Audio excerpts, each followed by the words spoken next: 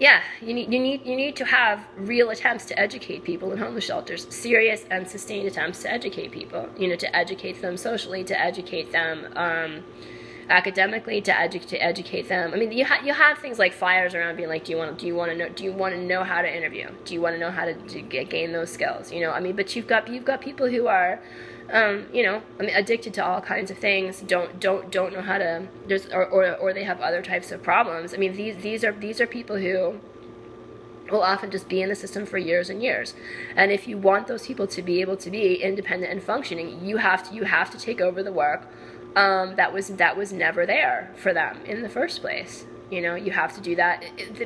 The way that things are is that these people with this unbelievable constellation of problems and needs are basically just warehoused by and are interacting with people who really do not tend to have the skills to deal with them. I mean, the people who are working with them primarily. I mean, I think probably some of them don't even have high school degrees.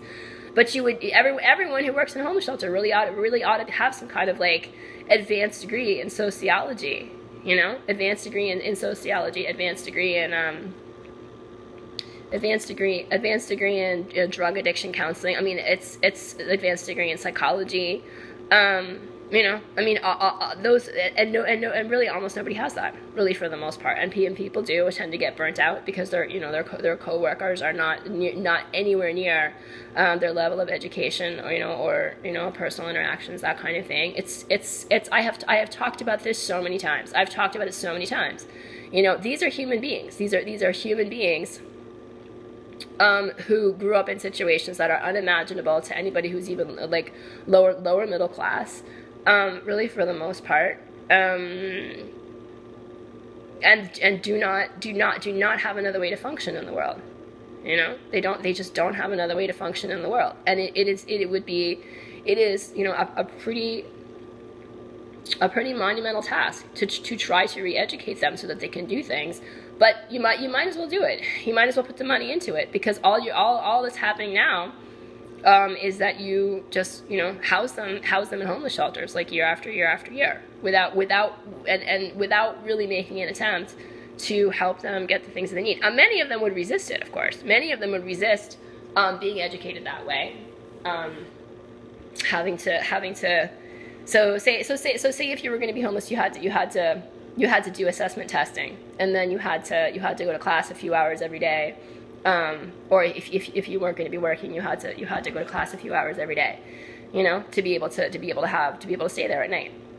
I mean, there's many homeless people who would object to that, because that's kind of the mentality of where they're at, and yet it seems like something like that would be worth doing. But you need to understand, I mean, the Pine Street Inn has 10 contract beds for working women. 10 out of, I think, what's 100 emergency beds in their emergency bed system.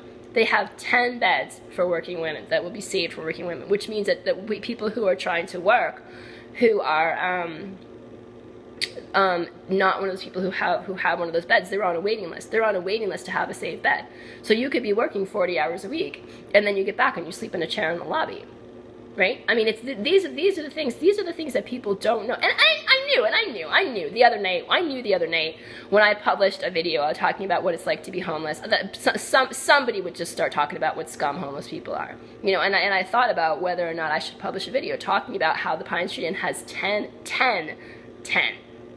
out of 100 beds that are reserved for women who are actually working. And I've seen it. I mean, I've seen it. Women who are working, they get back at whatever time they get back, and they are curled up in a chair in the lobby in the morning, because totally asleep, with 100 homeless women screaming all around them because they're that tired that they can actually sleep through that, and then they get up and do it again. It's